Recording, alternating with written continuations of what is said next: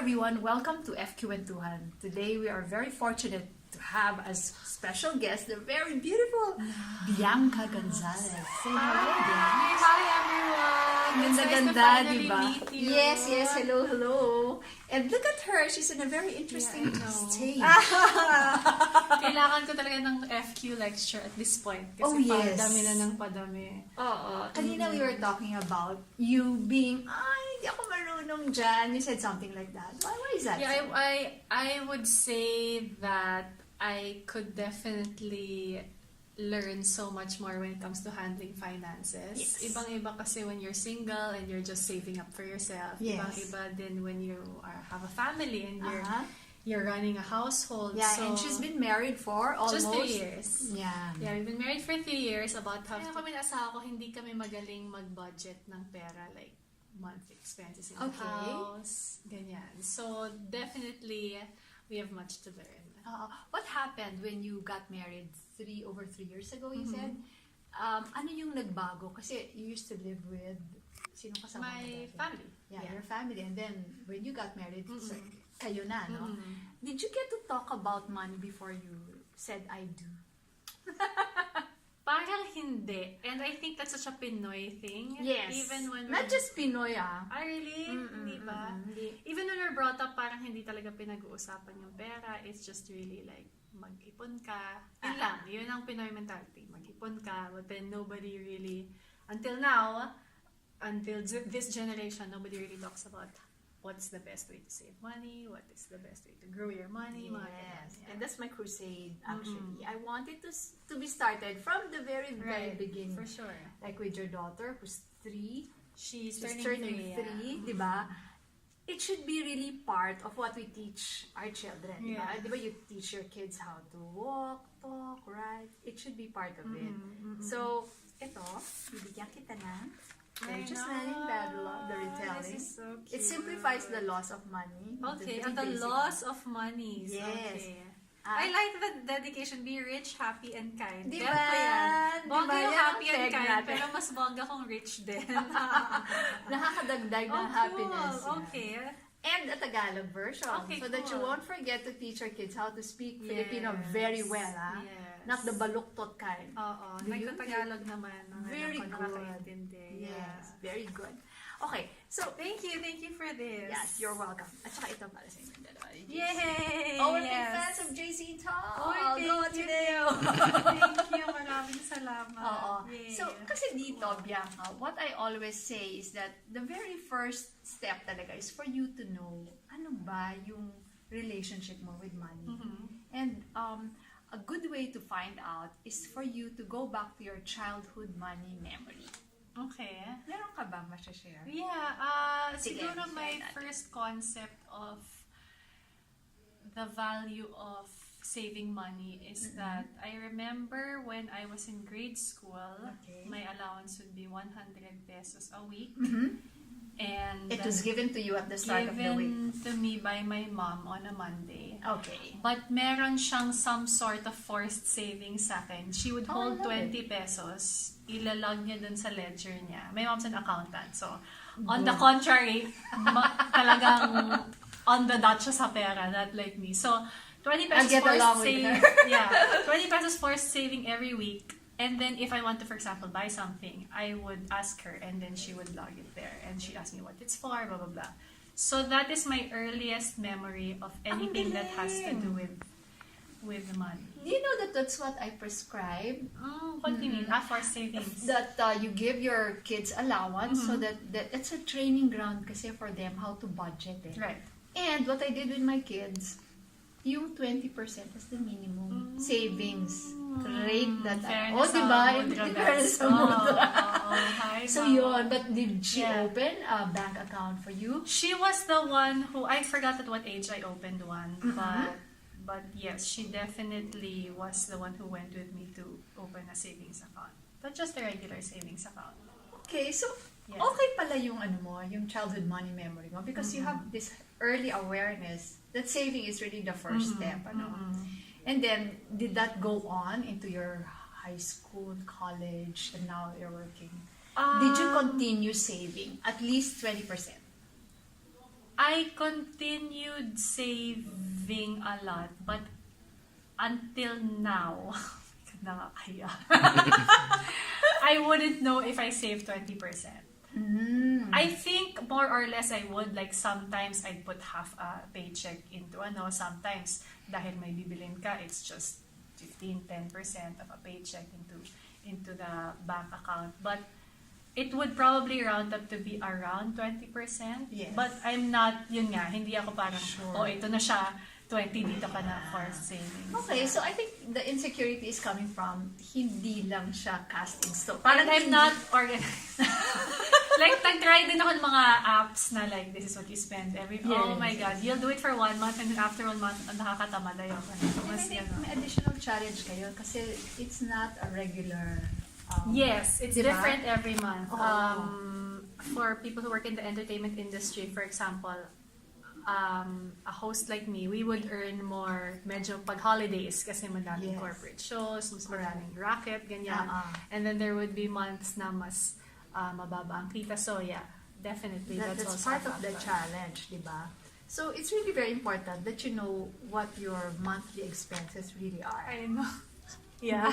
Hindi ba? No, my husband and I have been making an effort to compute and we have a ballpark range now. But ngayon na lang, when we were single talagang.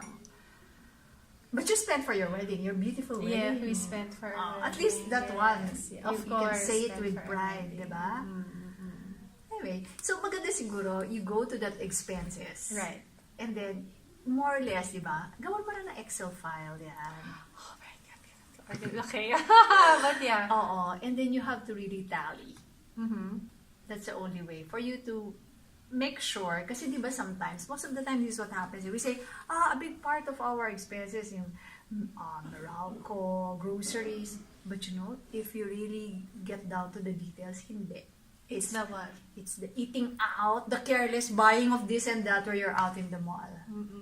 So, dapat, mas maganda kung alam mo. Okay. And kasi, what we say in this book is that it is best for you to be spending your money on the things that you really value. Right.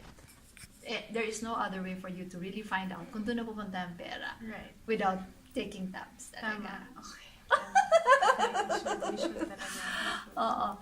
But I think you're okay. And I also read that you were already thinking of saving up for your Lucia's education. Yes, There was an article I read about you on okay. that. Yeah, we have actually. And that naman started when we had our first child. We knew that we wanted to open her a bank account that will put X amount of money, isa kaming amount every year.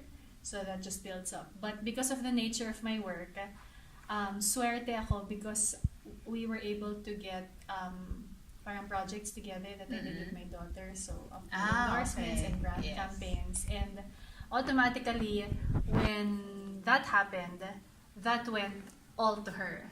So she's a very lucky child that may ipon na siya. 2 years old pa lang siya. Yeah. So it's under her name. It's under her name. Yeah. In It was an trust for- investment. So para property. bang Bianca Yeah. and trust for Lucia. Yes. Yeah, kasi minor eh. Yes. Yeah. So that's very important and I'm glad to hear that you're doing it na. And di ba kasi may mga cash gifts, etc. It's best that you already separate it, which you are doing. Yeah. And invest it for the long term because she doesn't need to use her own money pa naman, Right. di ba? Because For she can sure. spend for her needs. And what we would always advise is to put it in long term. The highest return kasi, we can get it from the stock market. It might sound to you na, hindi, risky Complicated, yan, yeah. etc. But just do the easy one, the equity index fund. Okay. So you don't have to do your own stock picking. And gagawin na lang niyang regularly, maglalagay ng pera doon. So that when she reaches, let's say, 18 or so, maganda na yung return. You don't have to bother with the market timing. Yeah. Is there any FQripo tip that you'd like to share with our viewers? Oh my God. I used to be very, very, very grateful. And then that probably changed nung na-realize ko na I was working so hard and deserve ko din naman to buy myself a few nice things. You like chocks, right? I used to collect, but now I gave it all away now because I couldn't use it. Yeah. How many yeah. pairs did you accumulate? That was like close to 100. Yeah. Yeah. Yeah. But not all bought. Some were bought, some Given. were from Converse. Yeah. I think it's different for every person because Yes, it is. we can be kuripot in a lot of things. Really a lot of things. But there will be certain things in your life na you would want to splurge on, and that's okay. Yes. So for me, siguro my best tip would be save on every other thing that you can, but decide on You value. what luxury you think you deserve if you're working and you have savings.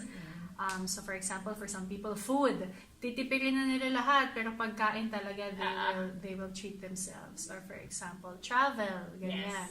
Kung may opportunity ka pumunta beach or abroad or mag out of town, you'll really take it, but then save money talaga the rest of the week. So, that would be my tip na try to save, but also so you don't feel so deprived. It's so parang Correct. kawawa. Yes. Meron kang isang bagay na you'll treat yourself to naman. So pagkaya. what is that for Bianca? It's and what travel is it for you? sure. So it's travel. Yeah, for the both What's your of favorite us. destination? Iba-iba, but siguro anywhere na beach. Definitely. Beach. Yeah. Do you dive? Do you No, we just surf?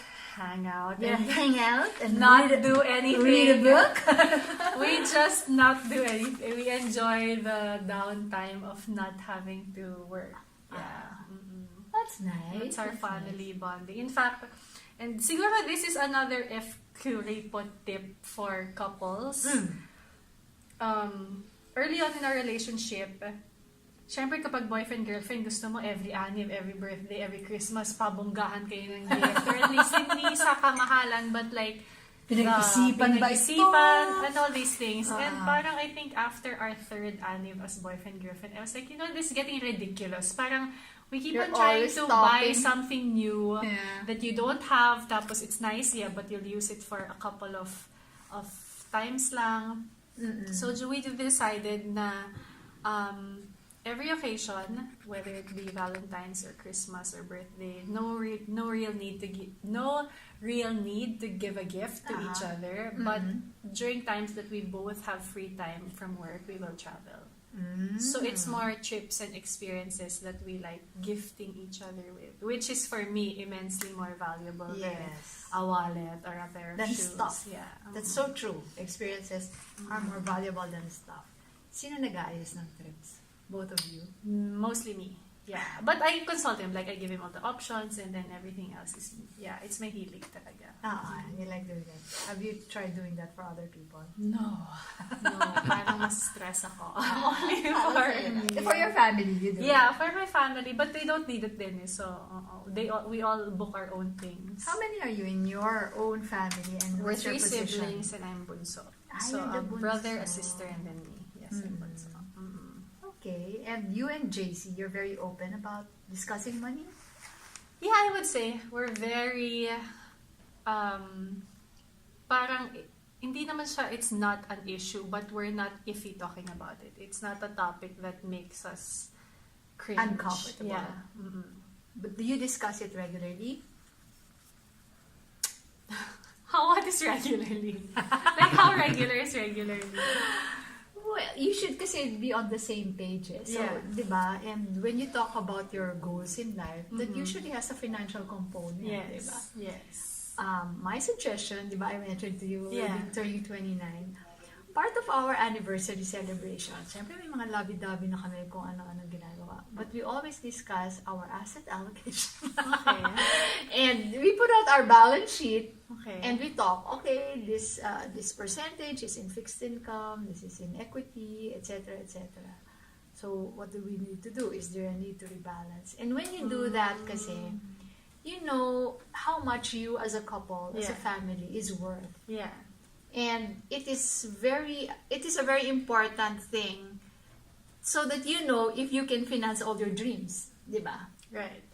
And you are on the same page because as I said nga, when you are married, you are not just one heart and one soul but also one balance sheet. Tama. Hindi ka naman nag-prenup, diba? Correct. So, yun. So, any parting words to our viewers? Ano nga ba? I guess, for me, this is a great start because I don't know if it's just a Pinoy thing or other cultures also have it, but we really don't like talking about money. It's really something na, Taboo. oo, taboo. Ayaw pinag-uusapan yung sweldo or parang nakakahiyang pag-usapan. But we should all start, I guess, somewhere. Baby steps for everyone. And you're absolutely right. It should start talaga sa bata pa lang kasi instead of pinoproblema mo na siya pag malaki na you don't know how to handle your finances. At least when you're younger and you know, it equips you better for life ahead. Yes. And with that, cheers to high FQ!